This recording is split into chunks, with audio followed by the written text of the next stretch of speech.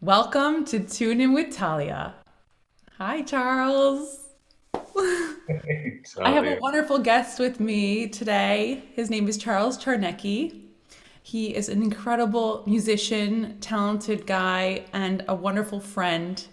And I'd like to welcome him onto my show. Thanks for joining me, Charles. Oh, shucks, Talia. Thank you. It's an honor to be here. Thanks. And you are here all the way from Germany, right? It's true. I am in Berlin, which is why we had to tape this because it would Yes. be past my bedtime if we did it Hmm. during your usual time. Right. So, yeah. And you're obviously joining me from a comedy club. Oh, of Um, course. Yeah, you like my. Oh, this is this I hand. like this. Yeah, I love it. I love the sign. That's so cool that the comedy club allowed you to put your own sign up on the wall. Thank you. Yeah. A little logo. So I want to tell everybody a little bit about you. Um, I'll you're tell you if it's true or not. okay. You let me know. You tell everybody if I'm telling you the truth or not. Okay. So I cannot read your entire impressive bio. It is way too long, and there's just so much that you have done in your life so far that I'm just going to read some highlights, and so people can get a feel for who you are and what you've done in your life so far. And Hey. it's pretty awesome all the things you've been doing. So Charles Czarnecki is a creative entrepreneur working in international entertainment industries as a music supervisor, music producer, conductor, orchestrator, vocal arranger, pianist, executive producer, curator, creative consultant, and corporate development marketing consultant. Wow.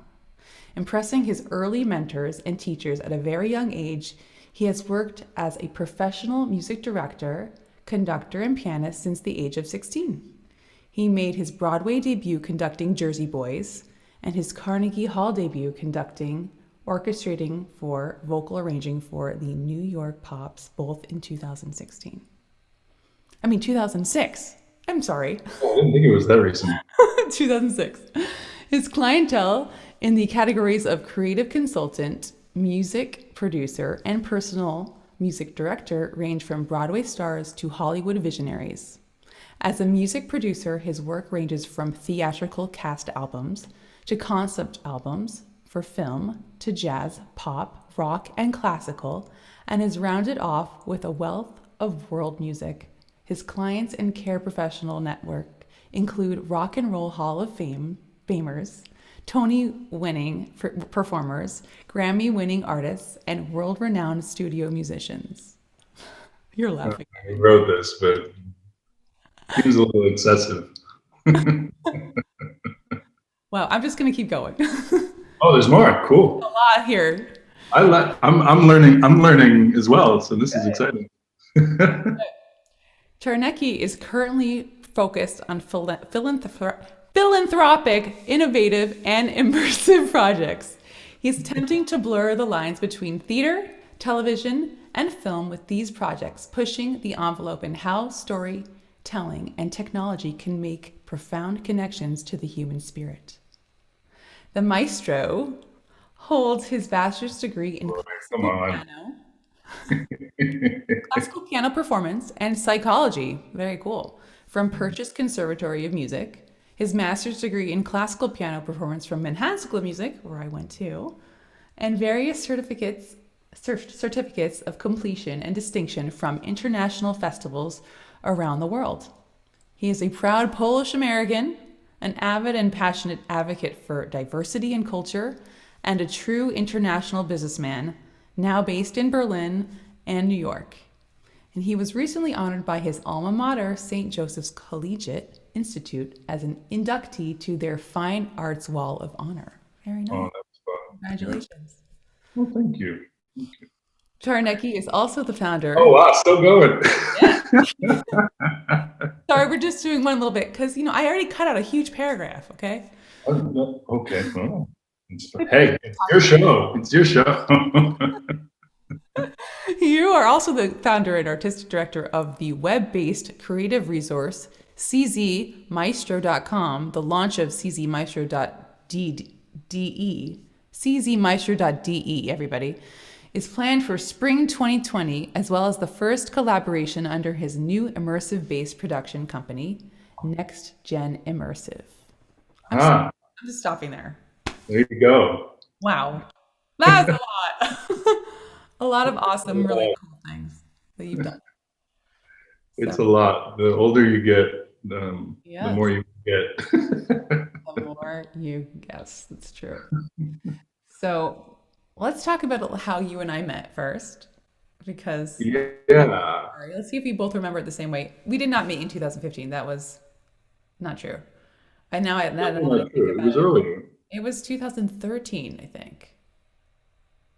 14? It's I hard don't for me know. to remember. But so I auditioned. I actually sent you some video clips of me auditioning for the show, the Broadway workshop in progress, Yes, Akhenaten, the musical. that's what it was. Yes, and you were the musical director, musical arranger, vocal arranger, right, and conductor for that show. It's true. It's And true. so For, that's how for I the first. chapter of it in New York that we all were somehow involved with. Yes. And there were so many chapters to that, I forget, because I was involved with, I think, the first 3 or 4 chapters, and then I think there were an additional readings after Yeah. that. I, It just yeah, continued, yes. But we but were this, in the initial beginning stages of that. yeah, yeah, which is always fascinating to see how and when these projects happen, because so many of them sort of don't make it, and then some of them sort of like morph and turn into other things, and then we see them, 10 years later on a TV show, or we never hear of them again, but this was a special one because it was kind of the writers were from Egypt, so they didn't have a ton of resources in New York when they came there. So when they brought me on as music director, it was kind of cool. I was able to bring in my own people, and that this was sort of when Talya became part of my family network of performers in Manhattan, including DJ who you interviewed a few weeks ago, and I mean, there's a number of people that were involved with that I had worked with 10 times before that project. But that was the first time I worked with you. Yeah. And we hit it off like brother and sister, I think, in some way. It Yeah. was a cool dynamic starting there, and that lasted until now. And if it was in fact 2013, then we're doing pretty well so far. Yes. I think so. This is so cool that I have a great excuse now to have a little hour with you, years later to connect like Well, this. hopefully we can.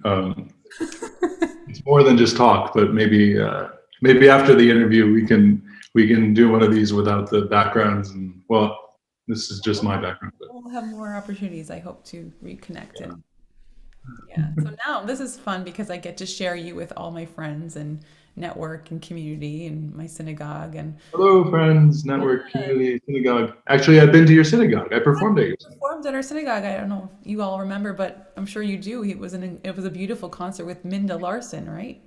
You did a True. little Linda Larson and William Michaels. and William Michaels. Yeah, that was But the funny thing about that is that if anybody from your synagogue came up to me after that performance, I remember, I actually don't remember that performance. And there's a very good reason for it. I had a pad that I was carrying around that said, if they came and said congratulations, and I stepped away, I held it up and it said, "I'm sorry, I can't talk. I have strep throat. I I'm remember very you happy to be here." And I beautifully. was so, like, I was in near tears the entire time. I was Sing that extremely for me. heavily medicated.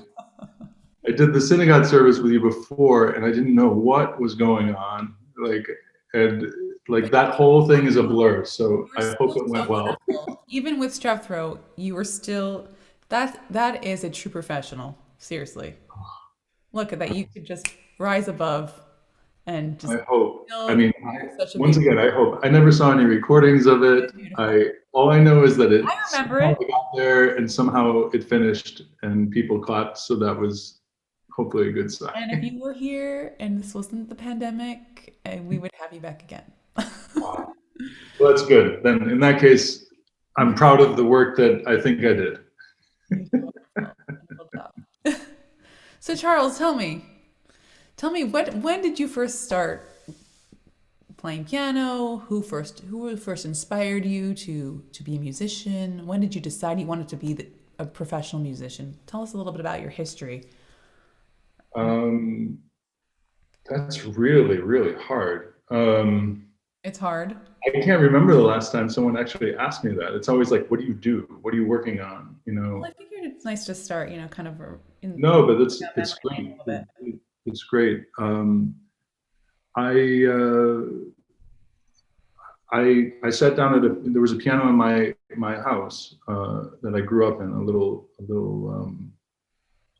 spinet, and one day, this is a story that was told to me. I don't remember it, though I have an image of it in my head because my parents had told it so many times. Um, I was in a car with my mom, and I ran in from the car. I was 2 years old. I ran in from the age of your son. So imagine your son. Okay. Um, I ran in from the car and uh, climbed up on the piano bench, and my mom realized in a short amount of time that I was actually playing the melody that I had heard on the radio uh, in the car, and it was "Chariots of Fire." I don't know if you know this, the theme from "Chariots of Fire" by Vangelis. Yeah. Uh, so anyway, that was like the beginning, and it was kind of like the sign that there was something there. And they started me on Suzuki, and I was surrounded by a lot of musicians too. My father, though he was a dentist, he was also a musician, and he played in polka bands, like Polish polka bands, like Polish American polka bands. My mom was a groupie in the band, which is how they met, which is super cute. Oh, that's very cute.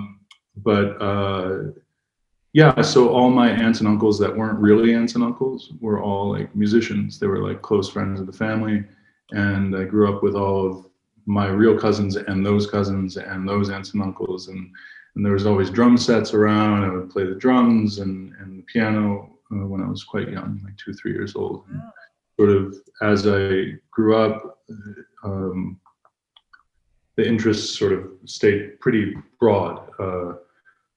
There were some moments where they had thought of maybe sending me to like one of the prep schools, like like Curtis or something like that, as a in the prep programs, of the child prep programs, the boarding school kind of things. I'm glad that they didn't do that, and I sort of had this very well-rounded education with a series of teachers and mentors all the way up through high school. Um, I got my first break in high school in theater as a conductor, sort of by accident. I was a pianist for the school musical, and then when we went into rehearsals with the band and the cast, it turned out that it was just convenient for me to give the cues because of where I was sitting, and my then just starting to be mentor like came and told me that to show a beat, I just have to like pretend I'm like touching like a hot surface, like, and that was my only conducting lesson until I took an advanced conducting course Oh, when I wow. was doing my grad work. And Uh-huh. between that moment and grad school, I worked professionally as a sort of, to skip all the details in between. I worked professionally as a conductor, music director, which also led to the music, like sort of arranging and vocal arranging, things like that. That's all sort of skills that I didn't really formally learn. There are things that I was asked to do, and then I thought, yeah, I can do that. And I just sort of practiced and committed to certain skills, and that's led to sort of the foundation of a career. So when I went to college, even though my major was classical piano performance psychology, I was living a double life. That was like my Clark Kent was like the classical guy, and then Superman was like the I don't know about Superman, but maybe it was more like Jekyll and Hyde. I don't know. My parallel life was doing like children's theater in Westchester County because it was near Purchase, and that led to Westchester Broadway Theater, which was my equity debut, and then sort of like expanding into Manhattan for gigs and whatnot, sort of spiraling into what is now, a long, very long career. So when I made my Broadway debut as a conductor, I was quite young, and that became a calling card for what I do now, which is mostly developing new material, both for not just in theater but also in film and dance and I don't know, trying to reinvent things now, trying to like mix genres and really blur the lines, as someone said in my bio, something like that. But it's all about like projects that matter now, like it's innovating the genres and really trying to find things that I truly believe in, that I think are going to make a difference in the world. That's beautiful. my focus now. So, well, I hope. Will you share some things with us today? Yeah, sure. Tell us how this. First of all, before you share something, how has this pandemic been for you in terms of your art, and how has it affected your projects, the projects that you're working on before, how you have now had to adapt and do new kind of projects over Zoom, or Yeah. It's been. I was extremely fortunate in a few different regards, because over the last 7 years or so, I've been slowly transitioning into a mostly remote career. So when the pandemic came, I sort of already had this structure and way of doing meetings and collaborating from very, very far away, even doing like real time, producing recording sessions through like, Skype in a control room, and like wiring my voice into like, vocalists in vocal booths and instrumentalists and whatnot, and running sessions remotely. These are all things that I did, some of them even 10 years ago. But then as I started traveling more, and especially as I started traveling about the 3 years before I got married, because of my dating my now wife, who lived in Russia, and then she moved to Germany, and then that we started being able to see each other more. That was also another it was inspiration for me to be able to like take my studio and my business with me everywhere that I went, and I found more efficient ways to do that, especially in the last 4 years. And now, when the pandemic came, I was like, yeah, I can do this. And I was just lucky enough to have a few great clients at the beginning of the pandemic that sort of like kept me very, very busy. And then sort of, I guess maybe that would be a good transition into the other thing that I stayed super active with, aside from just reaching out to friends and making sure that they weren't in deep depressions, and trying to keep writers writing and trying to keep performers performing, or at least doing something creative. Like, this is something that I just realized I had to do. And that led to some wonderful collaborations, mostly private collaborations, but nonetheless incredibly valuable to me and to the people that they were involved with. But another thing was just staying active with causes and things. And one of the big things that happened during the pandemic, of course, was sort of like this resurgence of the Black Lives Matter movement, because of the the events with George Floyd and everything. And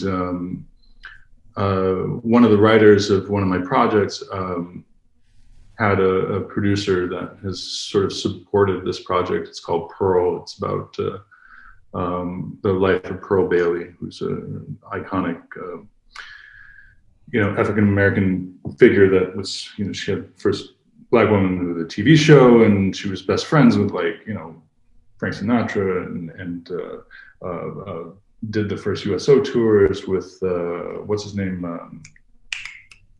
Bob, him, and just Andy Williams, and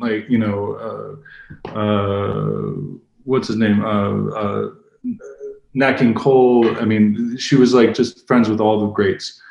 So her story is just absolutely, it's an iconic story, and it's told in this musical. Anyway, C.B. Murray, the writer of that musical, who is also the nephew of Pearl Bailey, crazy enough, we've been developing this Pearl project for a number of years.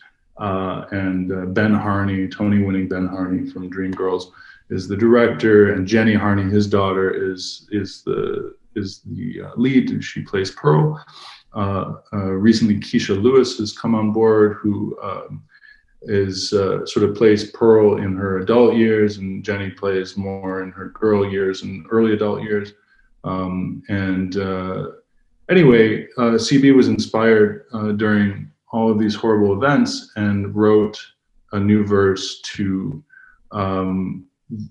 this hymn, which is called Lift Every Voice and Sing, which is considered the Black national anthem. So he wrote a verse that was sort of about today, and that led to him then calling me and being like, what do you think of these words? Is it gonna scan well? And we kind of applied them to the second verse, and then we talked to Jenny, who had just had a baby, and Keisha, who was isolated. Everyone was isolated, and we were like, how could we do something for the movement?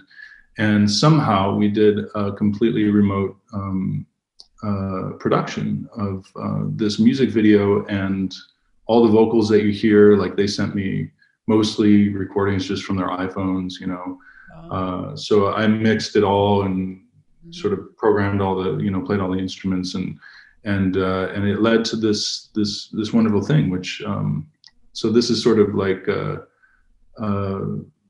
an example of a remote collaboration, and it's on YouTube. So I hope we don't have to watch a commercial, but I am going to share this. Share. All right, so let's see if this works. There it is. Awesome.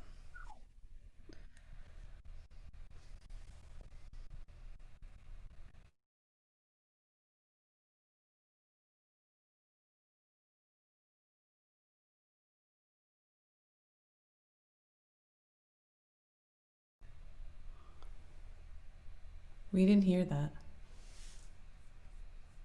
Oh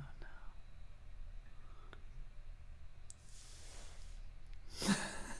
Let's try that one more time. So I guess if I mute myself, then I also mute the video. This is just, trial and error on Zoom. All right. So try again. If this ends up being an edit, then I'll start from the beginning of that sentence and just saying, yeah, so this is an example of sort of something that can come out of remote collaboration very early in the pandemic. And yeah, I hope you enjoy this, and share it if it's something that could also be important to you.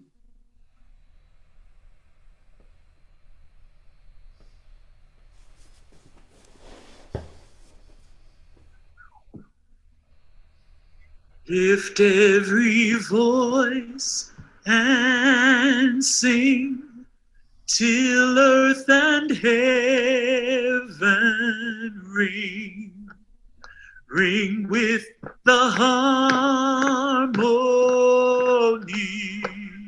of liberty.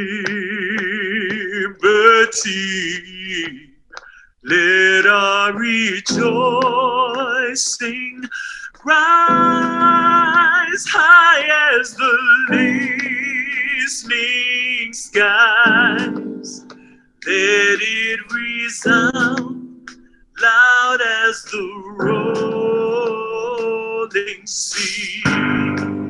Sing a song full of the faith that the dark past has taught us. Sing a song full of the hope that the present has brought us.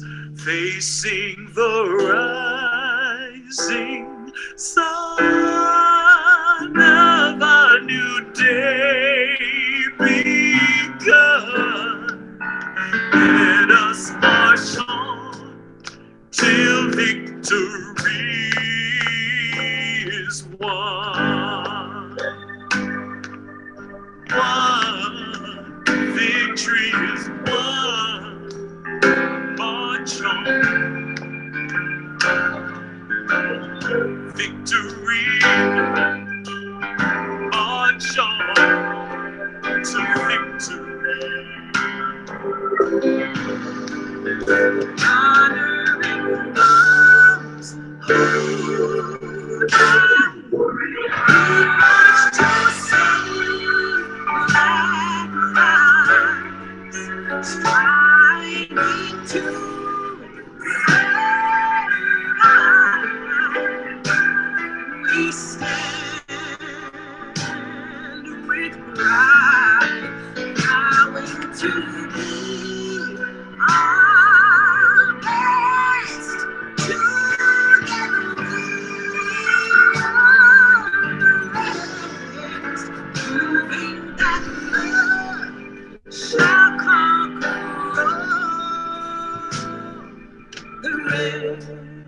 We shall stand against hate and every oppression. We shall stand, standing for change and healing our nation. Marching for liberty, demanding equality. We shall march on till victory is won. Victory. Victory. Victory is won. March on. March on. March on. Victory. To victory. To victory. Facing the rising sun. Victory. Victory. March on. Victory. To victory.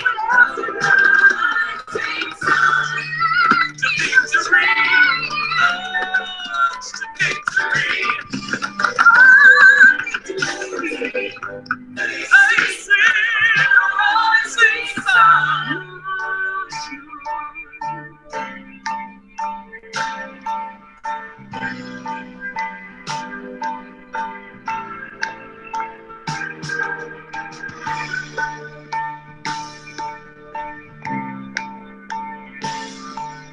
Financial support for the movement can be made by donating to any of these organizations.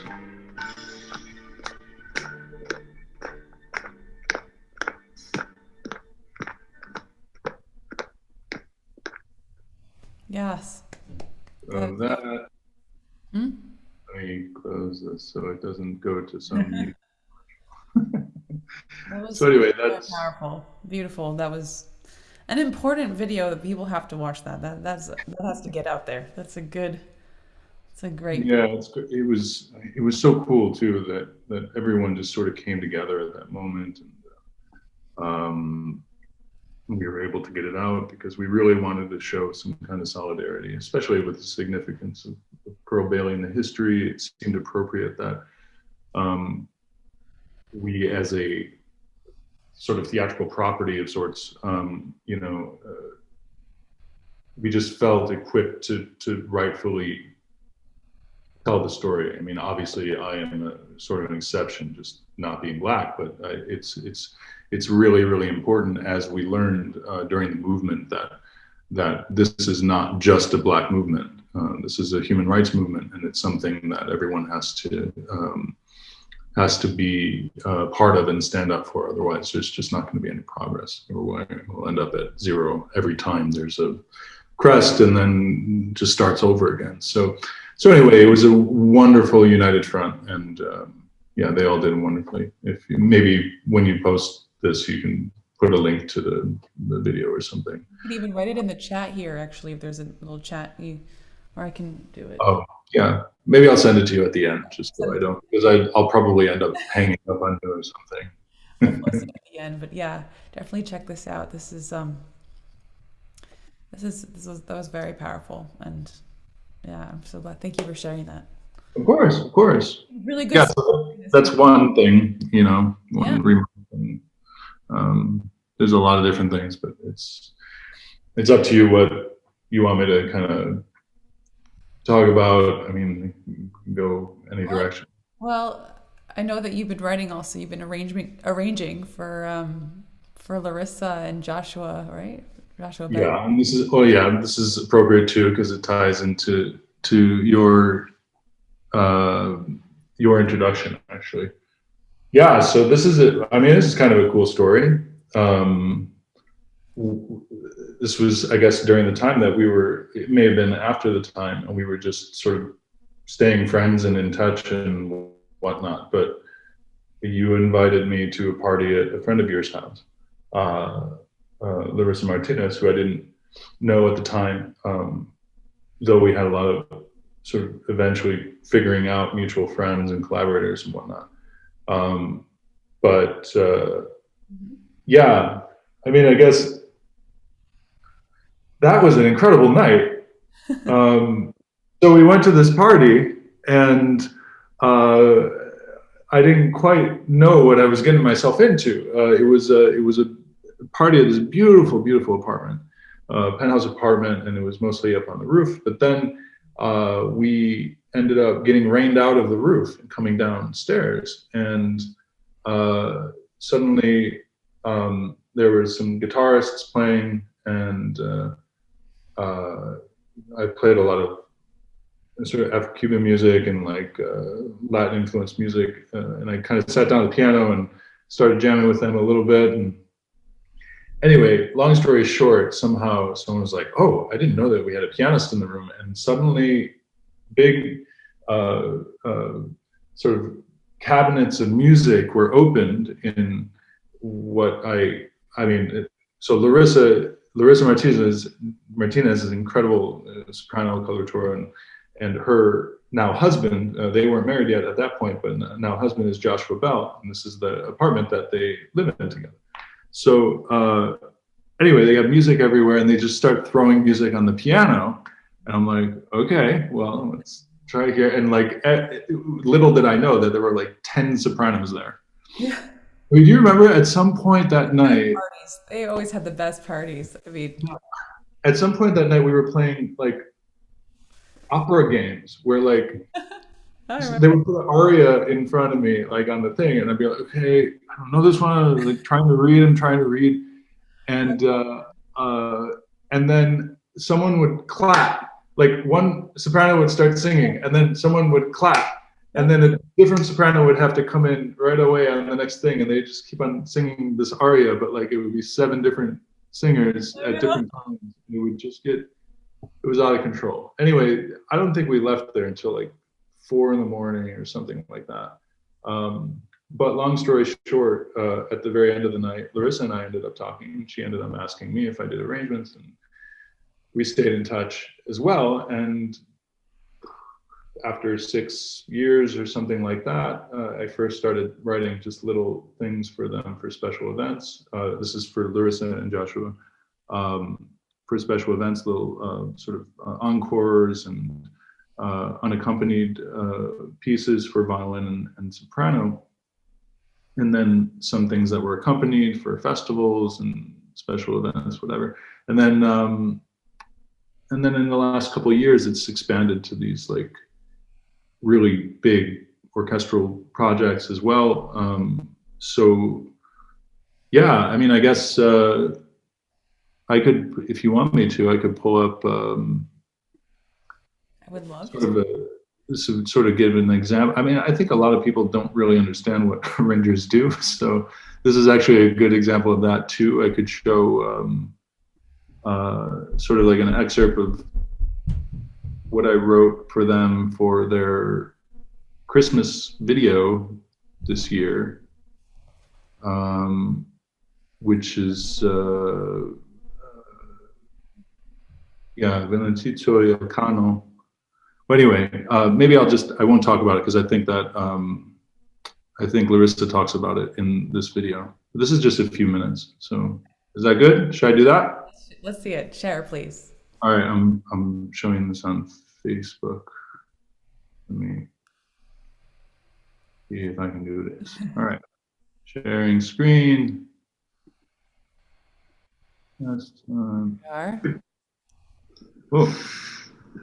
Hello, everyone. It's Christmas time again.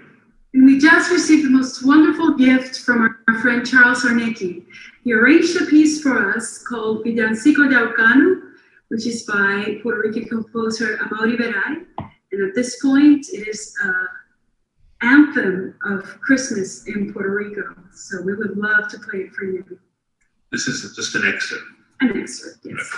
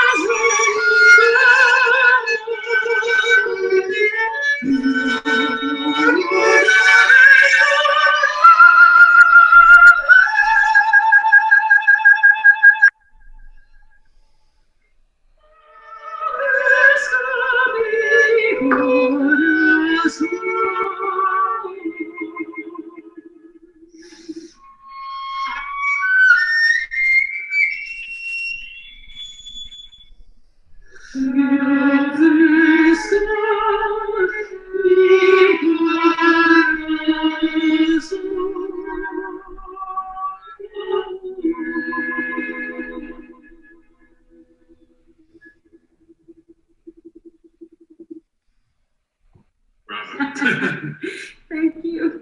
Merry Christmas. Merry Christmas, everyone. Aww.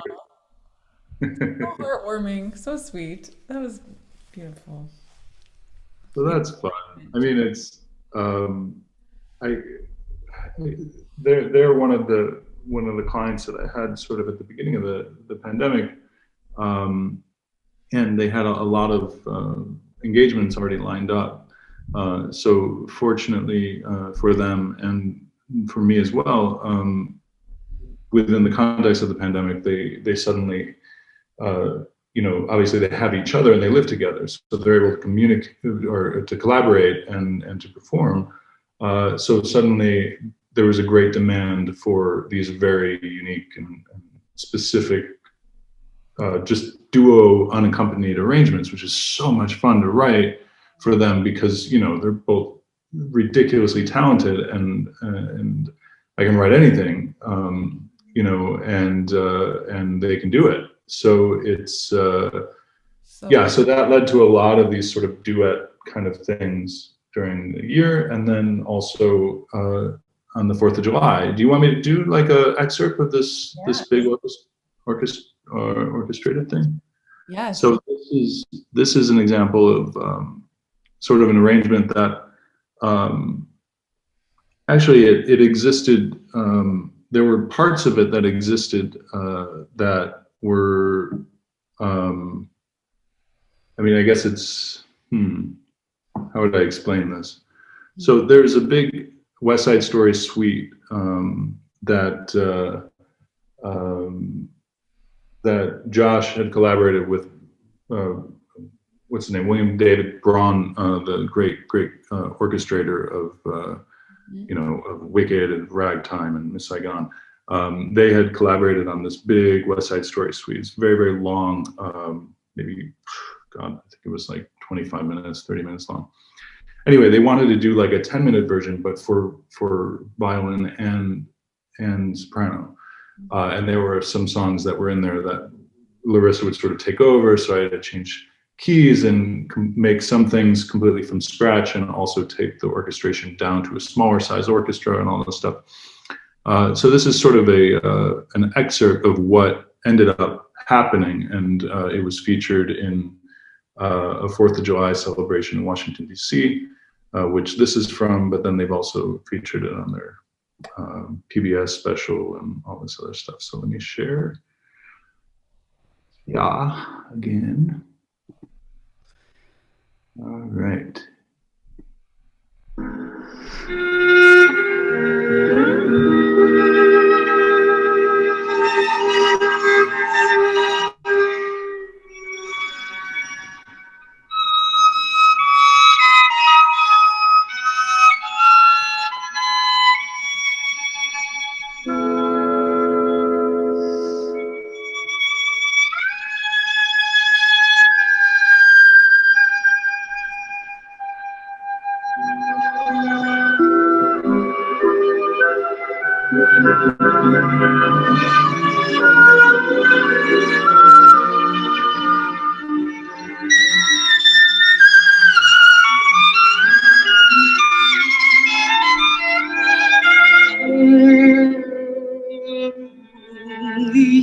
You're the only thing I'll say forever. In my eyes, in my words, and in everything I do. Nothing else but you, ever.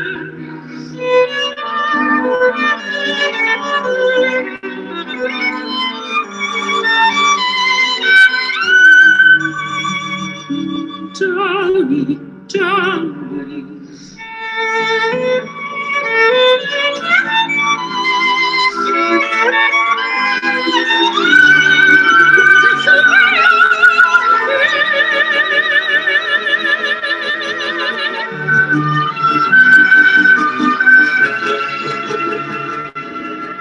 Tonight, tonight, it all began tonight.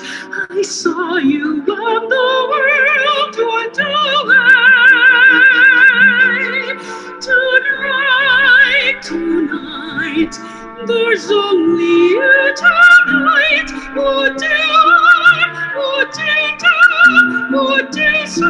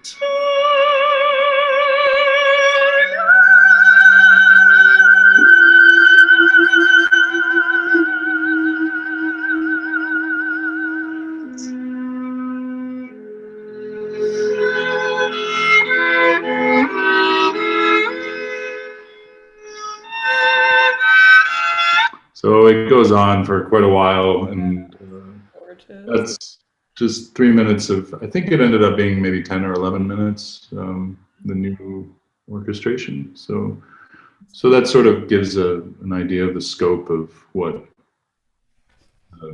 arranging collaboration with them is kind of like.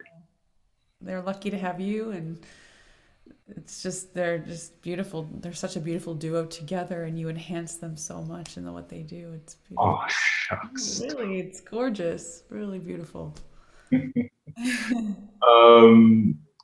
Yeah. So, I didn't hang up on you. Okay. I thought I just messed everything up. I'm so sorry. Sharing thing that's a little daunting. Well, slipped out a bad word there. Okay. So, yeah. I don't know. What else? What are you doing now? What projects are you working on now, or what have you just completed? Is there some? You were telling me about that parallelogram project. I want to hear. Aha. Tell us a little bit about that before we wrap it up, because I want to hear. Yeah. Sure. I could. So there are things about that project I can share, and there are things that I can't share. Okay. Well, we don't want to. But I can share. I can share a video, and I can tell you what it's about, which is sort of, this is my alley as far as the whole idea of like sort of trying to reinvent genres and really innovate when it comes to theater and film and things like this. And so parallelogram is part of sort of a new sort of genre of film and theater making, which is sort of under the umbrella of what we're calling the Infinite Hotel, which was actually the original name for the project. Oh, well, it's the second name for the long story. Anyway, so this is sort of immersive theater experience, but it also crosses over with film, and it's sort of this like really visceral narrative that's it's like told through multimedia, live, like interactive filming. So audiences choose to either be an extra, like on the soundstage floor, so like interactive, like completely immersed in the production, and they're like sort of moved around as integral parts of this like indie rock driven theatrical performance. And they also have the option to watch from above, which there are like monitors, TV monitors that show from the perspective of the camera that's actually on the stage and following the action. And everyone's on headphones, and they sort of have this really, really incredible immersive experience. And the people leave like just deeply, deeply moved and inspired from this. I mean, it really is a phenomenon. And I think personally, it's found the answer to like a generation that's just desperately searching for like profound emotional connections through art and technology. People are like desperately looking in their phones for something intimate, and really it's taking them away from people. But this is like something that sort of like brings people closer, and there are versions of it that can exist like during the pandemic, and there are versions of it that will exist after the pandemic that are incredibly interactive. So anyway, this in what you'll see are all the video footage is actually from the last production that they had about a year ago in New York, in Brooklyn, when it was called the Infinite Hotel, and now it's called Parallelogram, and we have a new writer on board, which is a huge Hollywood blockbuster writer, who I can't tell you who it is right now. And we also have a super big star that we're all really, really excited about, who I also can't tell you about who it is. And there's the brilliant director and creator of it, Michael McQuilkin, who I can tell you about. And Leah Siegel, who is the lead singer for a band called Firehorse, which is kind of popular, and she is also still attached to the project. So Right. The rest of it will be revealed soon, but I just can't. We're in a very important stage of it. So this is sort of a 1-minute mashup trailer of what it feels like to sort of be in the camera's lens element of this project. Okay. So.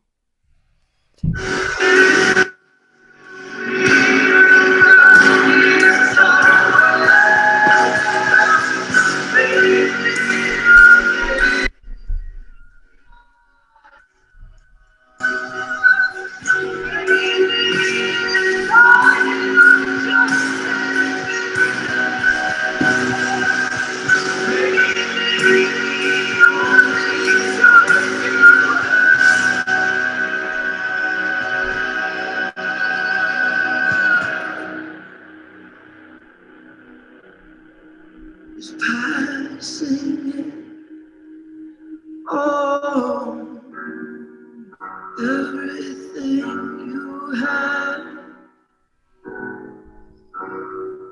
is being passed on.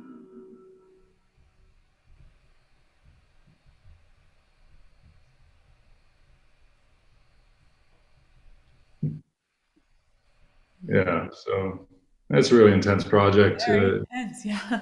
That's very. It's so beautiful. Yeah.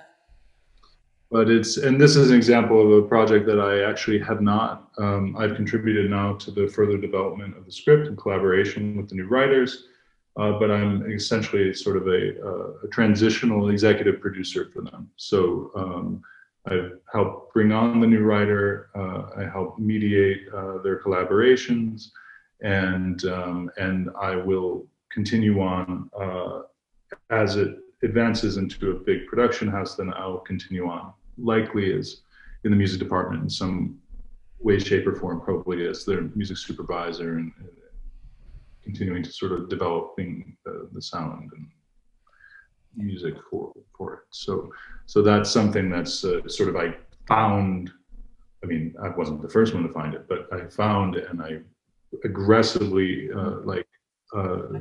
followed, found a way to through a very dear friend of mine, got an introduction to the director. We had a meeting, we hit it off instantly, understood it. I had a vision for it. He has a vision for it. He believes in my vision. I believe in his vision, and it just turned into this collaboration that hopefully will.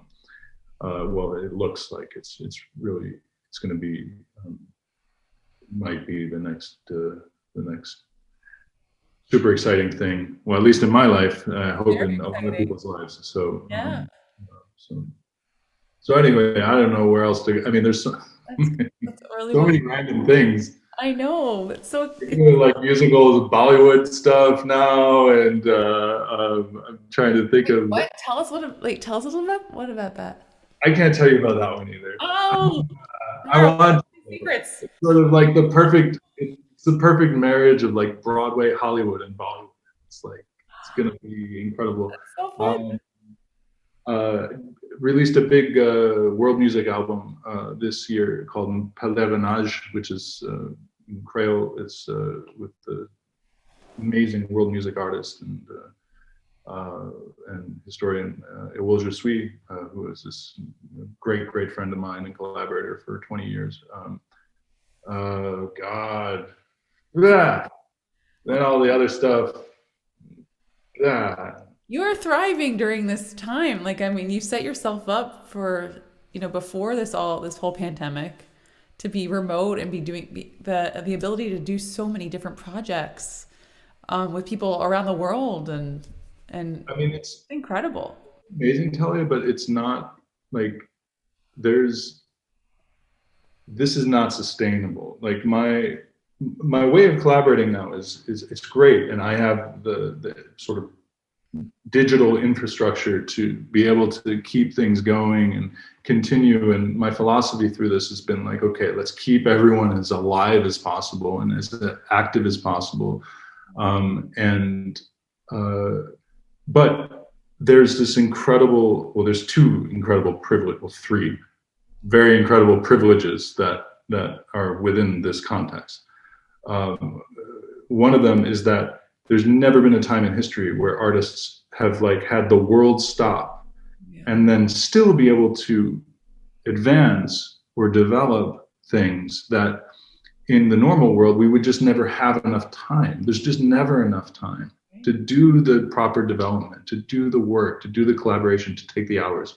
We have the time, but there's no money going into it. Right. So whereas my career before the pandemic was like maybe 60% philanthropic and like sort of non-profit oriented, I mean, it instantly went to like 95%, philanthropic and volunteer. Nonetheless, 5%, thank God, I can kind of still make a bit of a living with, but it's not sustainable. So there is an illusion here. It's still an illusion, but the progress is happening. And I feel like in order for us to stay sane and to stay creative as artists, like we have to be smart about how we position ourselves and how we survive during this time, but we also have to be a little bit, sometimes unreasonably optimistic. So we have goals to strive for. Otherwise, yeah. And then the other privileges, one of them is, obvious, but then, the other one is just that I was lucky enough to have been sort of successful enough when the pandemic came and had a little bit overlapping and stuff. I mean, not everyone, some people, the pandemic happened and it just stops. Everything stops. There's no Easter egg. There's no, there's nothing to fall back on. Mm-hmm. So, yeah. So anyway, a bit of luck, but a lot of hard work. And definitely.